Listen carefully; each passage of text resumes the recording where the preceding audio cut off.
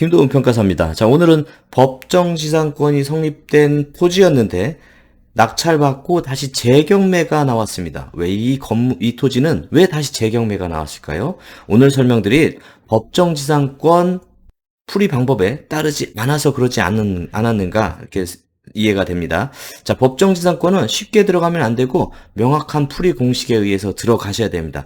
들어가서 낙찰 받으면 한편으로 또 좋은 수익 모델이 될 수도 있습니다. 오늘 이 부분을 집중해서 설명드리도록 하겠습니다. 자, 지금 다시 나온 물건은 인천 중구 신흥동에 있는 물건이고요.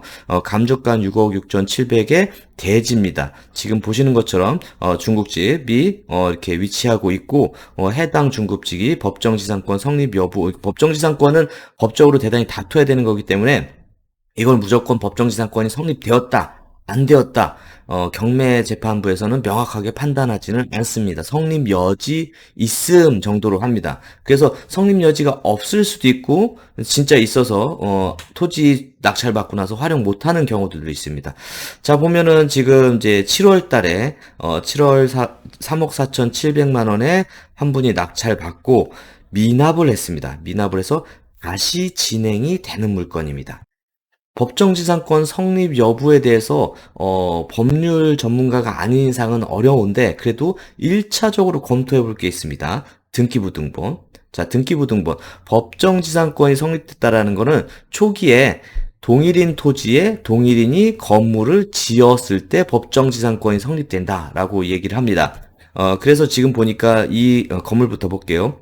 건물은 보니까 지금 여기 73년도에 소유권 이전을 이렇게 중국인 국회의원님이 했다고 합니다. 그러면 73년도 이전에 이 건물이 지어졌을 것 같은데 지금 보니까 등기상이나 이런 걸로는 아마 이제 그 이전 건물이라서 등기 이런 것들이 미비하고 뭐 불법 건축물 이렇게 되다가 이제 등기를 한 상황일 수도 있을 것 같아요. 그러면은 이분이 우리가 소유권 보존 등기라고 하면은 건물을 처음 만들었을 때 하는 건데 이건 매매라고 하는 거니까 앞에 있었던 건물을 인수한 겁니다. 그러고 나서 국회의원님에서 또 13년도에 유용성님으로 이전이 됐습니다. 13년도에. 자, 그러고 나서 이제 토지 등기를 봐서 토지 등기가 73년도 쪽 자료가 있으면 좋은데 지금 여긴 보니까 등기 기록 과다로 이렇게 이전했습니다. 이거는 다시 또 이 토지에 대해서 이전 등기를 또 떼봐야 돼요. 자, 그리고 지금 보니까 이제 소유주 토지 건물을 다 같이 이전을 해온 상황입니다. 자, 이 상황에서 실질적으로 법정지상권이 깨진다라고 유추하기는 애매하고 법정지상권이 성립돼 있을 가능성이 매우 높다라고 판단이 되는 거는 사실입니다. 자, 법정지상권은 이제 A 건물을 짓고 나서 이후에 뭐 토지 소유권 이게 A가 B로 바뀌든 뭐 요게 B로 바뀌든 이렇게 소유자가 달리해지는 상황에서 이 토지에 대한 것만 또 토지에 대한 것만 이제 경매가 진행되었을 때 그랬을 때 요 위에 있는 건물에 대한 권리를 보존하기 위해서 나온 게 이제 법정지상권이다 생각하시면 돼요. 자, 그럼 법정지상권에 대한 뭐 지금 민법적인 그 설명을 드리려는 게 아니라 경매로 어떻게 낙찰을 받아야 되는 낙찰 공식을 말씀드리면요. 자, 우선 1번은 토지 가격입니다. 토지 가격. 자, 토지 가격인데 토지 가격은 이거는 이제 그 낙찰 받고 나서 소송으로 들어가야 되는데 여러분들은 이제 보수적으로 판단했을 때는 경매 가격보다는 담보 가격 개념으로 토지 가격을 판단해 보시면 돼요. 자, 그 다음에 두 번째는 임료 청구입니다. 임료 청구. 자, 이 토지를 이제 C라는 사람이 낙찰됐으면 C는 법정지상권 성립 여부를 다투겠지만 어쨌든 법정지상권이 성립됐다라고 했을 때는 요 건물이 뭐 이제 A한테 그냥 있었다고 하면은 A한테 자, 임대료 내놔. 임대료 내놔, 임료. 어떤 임료? 이 토지를 사용하고 있는 임료를 내놔라고 이렇게 소송을 하게 됩니다. 자, 그러면 우리는 낙찰받는 사람 입장에서는 이 C는 이 토지를 완벽하게 활용 못해요. 이 사람이 다 쓰고 있는 거예요. 건폐율 용적률 기준으로 다 쓰고 있는 거기 때문에. 그러면은 나는 그냥 주인이고 재산세 세금만 내는 거지 활용을 못 하잖아요. 그 대신 이 건물 소유자한테 토지 임대료를 청구를 할 수가 있습니다. 자, 그러면은 우리가 원하는 거는 경매가 대비 아주 낮게 낙찰받아서 임대료 청구를 할 수 있는 것을 기준으로 수익을 창출하면 됩니다. 자, 임대료 청구는 요건 좀 소송 가서 결정되는데 여러분들은 그냥 보수적으로 생각했을 때 더 디테일한데 그냥 한 2%에서 3% 정도다. 뭐 요 정도다. 그렇게 해서 생각하시면 돼요. 그래서 담보가가 결정되더라도 우리가 생각할 그 가격들이 여러 가지 요인이 있죠. 여러 가지 요인이 기본적으로 경매가는 높게 형성됩니다. 경매가는 매각 절차 등을 위해서 평가사들이 높게 경매가를 판단하고 시가 범위에서요. 그 다음에 담보가는 그 밑에 있게 됩니다. 그 다음에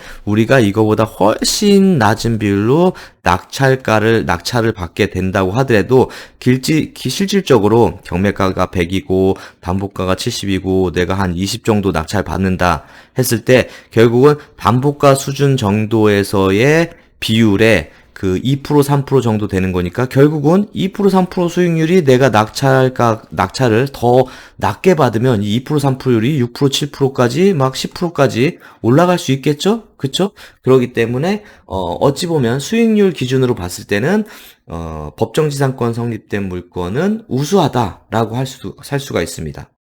자, 다음으로는 그럼 이 사람이 안 주면요? 자, 건물주가 임대료 안 준다. 라고 했을 때는 어떻게 되냐면요, 지료 우선은 이거는 이제 내가 낙찰을 받고, 2번은 임대료 주세요 요청을 하겠죠. 그럼 이분이, 싫어 하겠죠. 그럼 세 번째, 소송으로 가서 이제 승소를 해야 됩니다. 그 다음에 네 번째, 이제 임료를 이제 받으면 됩니다. 임료를 쭉 받으면 되는데, 임료를 소송해서 이겼는데도 안 준다. 다섯 번째, 임료가 연체가 된다.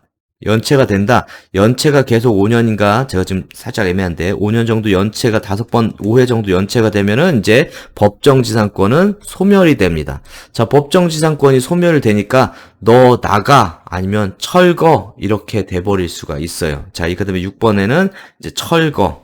그래서 완벽하게, 아무것도 없는 토지로 활용할 수 있는 부분들이 생기는 겁니다. 그래서 이렇게 강력한 수단이 있기 때문에 이런 법정지상권이 성립된 물건을 찾을 때는 1번 좀 잘 운영이 될 수 있는 이 건물주가 임료를 줄 수 있는 정도의 건물을 찾는 게 중요합니다.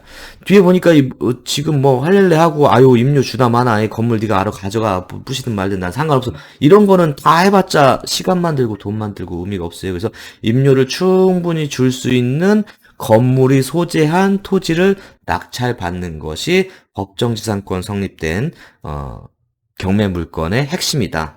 이렇게 이해하시면 될 것 같습니다.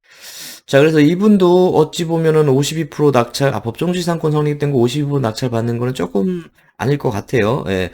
나중에 떨어지면 아마도 이제 건물 소유주분께서 그냥 본인이 낙찰을 받을 수도 있겠지만, 어쨌든, 우리가 수익률 기준으로 생각할 때 조금 더 한번 유찰이 돼서 한 번 더 적은 가격에 해야지 내가 지료 청구할 때, 왜냐면 지료 청구가 바로 되는 게 아니라 소송 절차를 거쳐야 되기 때문에, 비용이 또 추가로 들어갑니다. 낙찰 비용 외에. 그렇기 때문에 그런 비용까지 감안하면 좀 더 저가로 낙찰을 받아야지 조금 더 수익하기에 유리한 부분이 아닐까 싶습니다.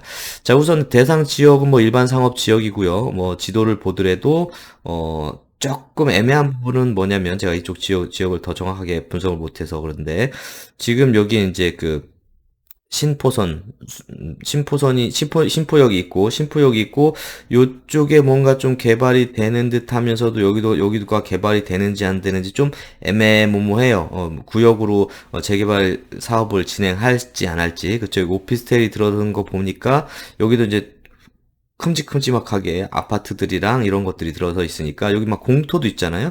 뭐 이렇게 된다고 하면 여기를 또 블록을 쭉 해서 뭐 재개발 사업을 하려고 하는 토지인지 뭐 그럼 재개발 사업하면 어떻게 해요? 재개발 사업하면 땡큐죠. 결국은 재개사업하게 되면은 이제 토지는 토지 소유자는 보상받고 건물도 건물 소유자 토지사 다 보상받고 여기다 그냥 넘겨버리면 되는 거니까요. 그냥 그런 식으로 진행할 수도 있는 부분입니다.